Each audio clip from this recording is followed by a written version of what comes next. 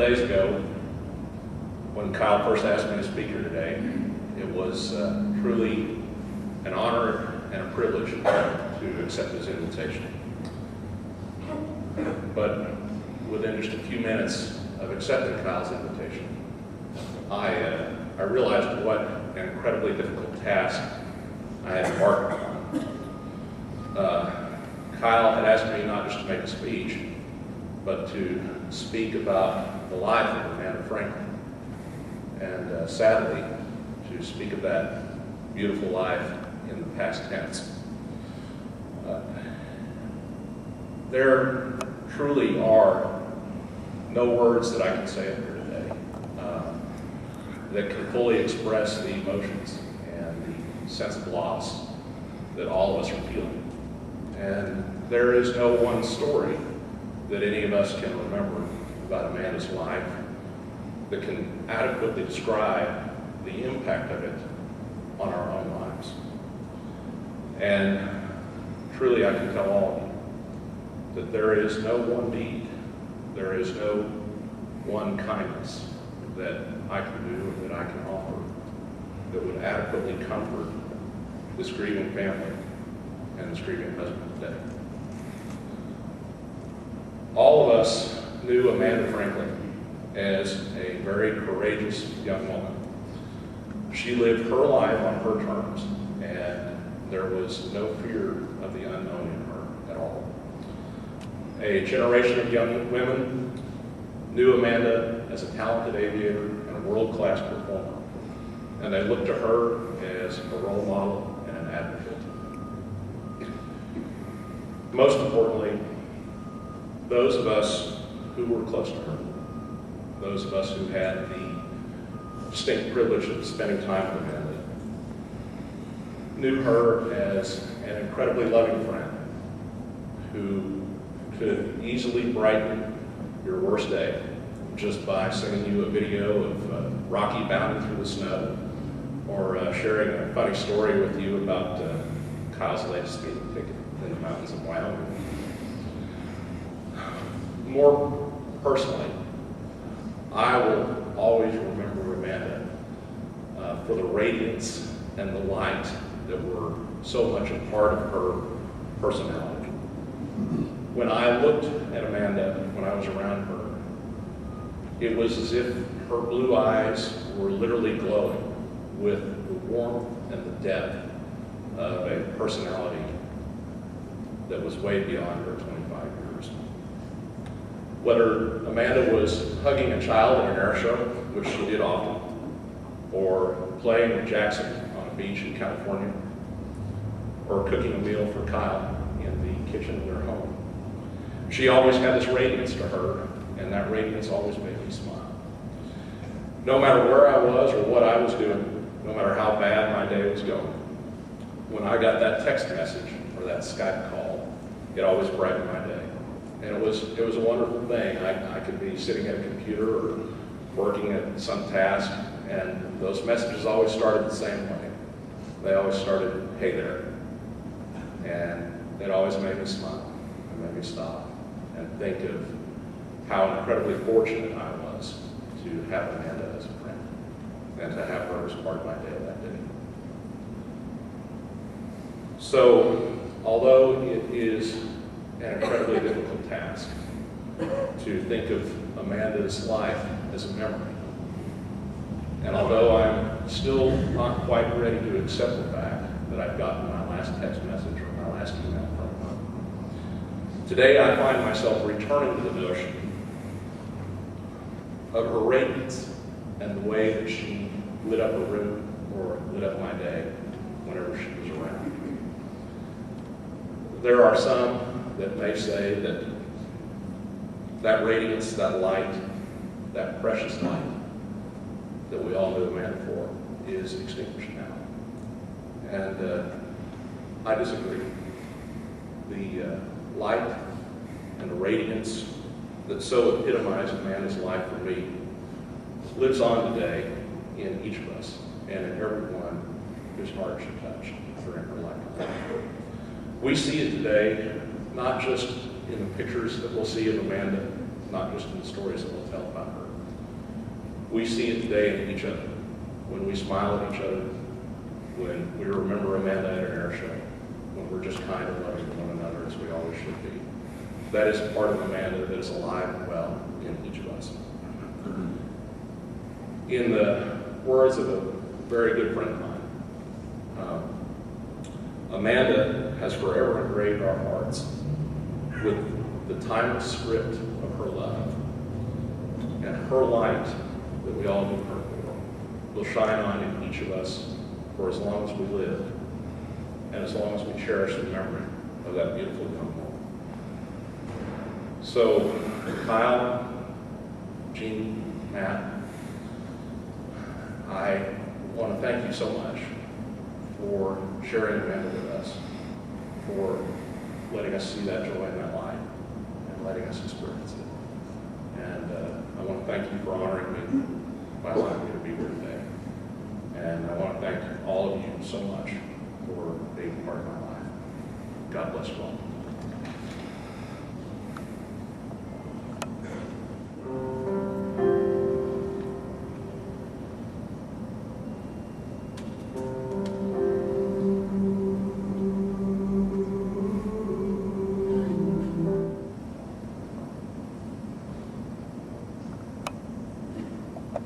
Amanda Michelle Young Franklin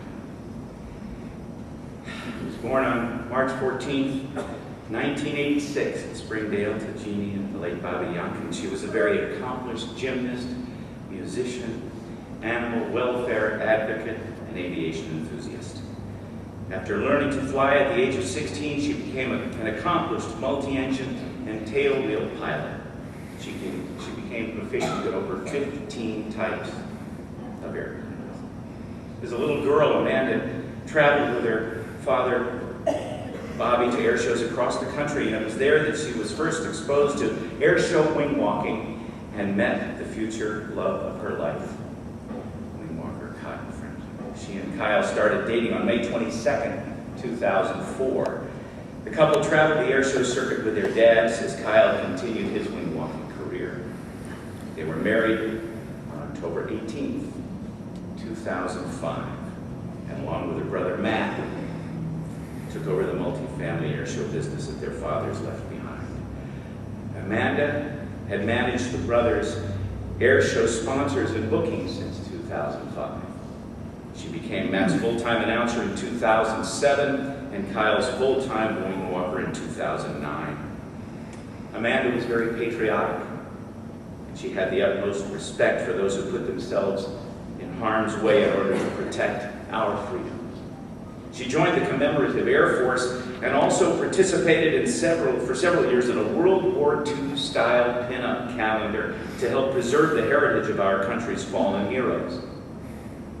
Amanda was also a huge supporter of women in aviation. As one herself, she coached and encouraged young girls that she spoke with at air shows to pursue their dreams of becoming a pilot and to never let anyone hold them back. She was a member of the Arkansas 99 group of women pilots that dates back to the 1930s. Amanda made a huge impact in a short amount of time on millions of aviation patrons, airshow fans, and humanity in general. She inspired millions from the young to the young at heart with her amazing wing walking feats, her charming personality, and calendar girl smile. She will be sorely missed by countless people the world over. She's survived by her husband Kyle, mother Jeannie, brother and sister-in-law Matt and Michelle, and their niece Kimberly, grandfather Jim, his wife Ada, and the extended family of all the Fayetteville, Arkansas mother-in-law Dean Stroud and her husband Steve, and the Franklin extended family. She was also survived by her four-legged children, Rocky, Randall, Marvin, and Penny. In addition to grandparents, Amanda was preceded in death by her father, Bobby Yankin, and her father-in-law, Jimmy Franklin.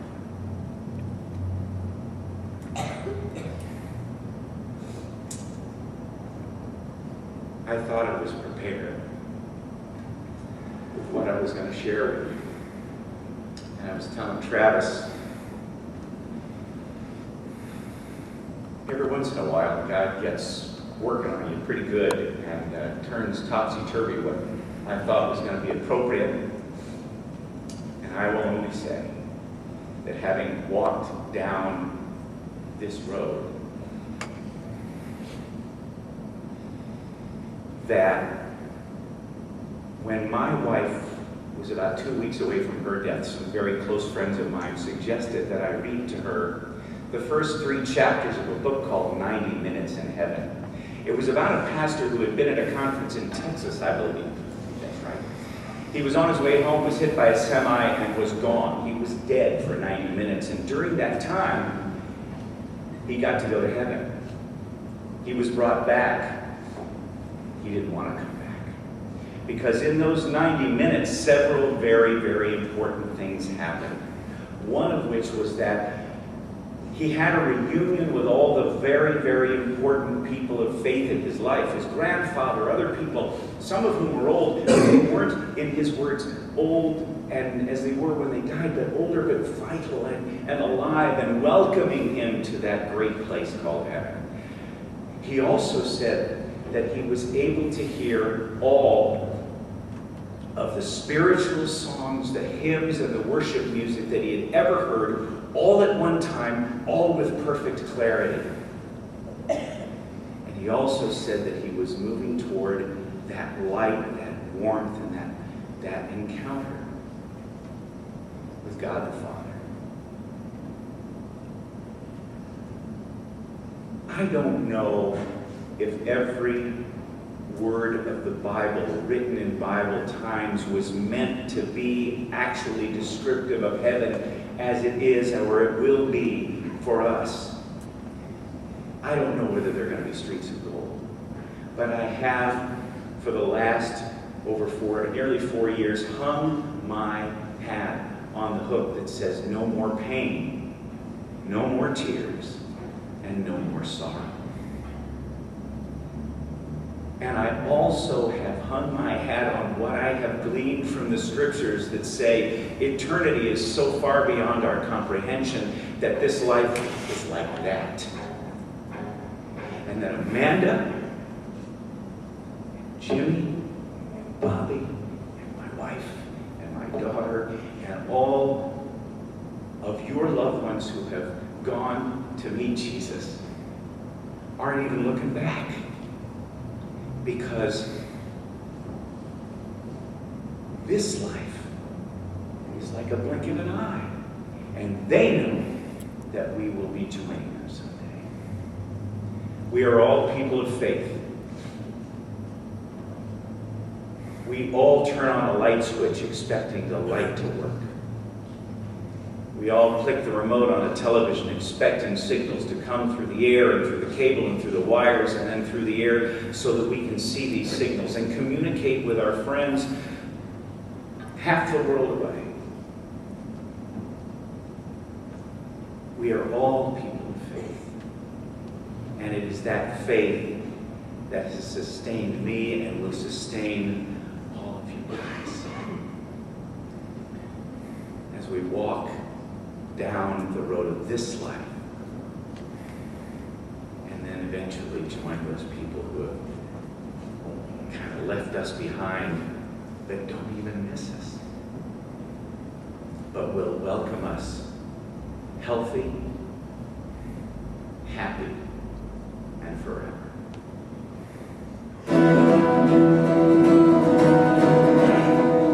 Open the eyes of my heart, Lord.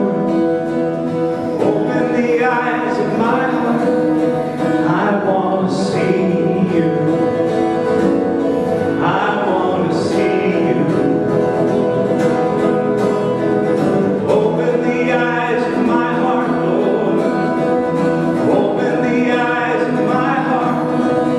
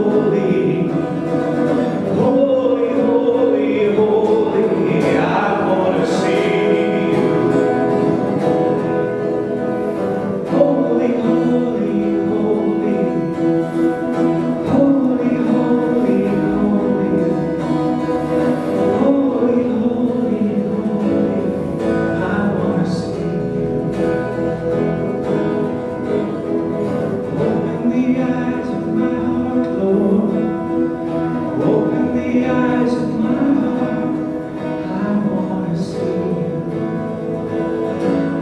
I wanna see you. I wanna see you. I wanna see you.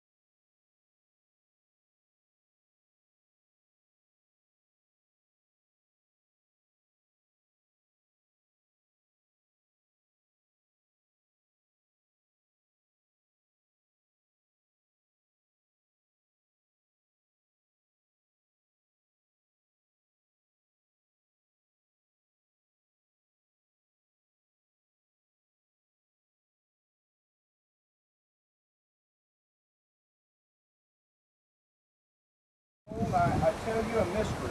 We shall not all sleep, but we shall all be changed.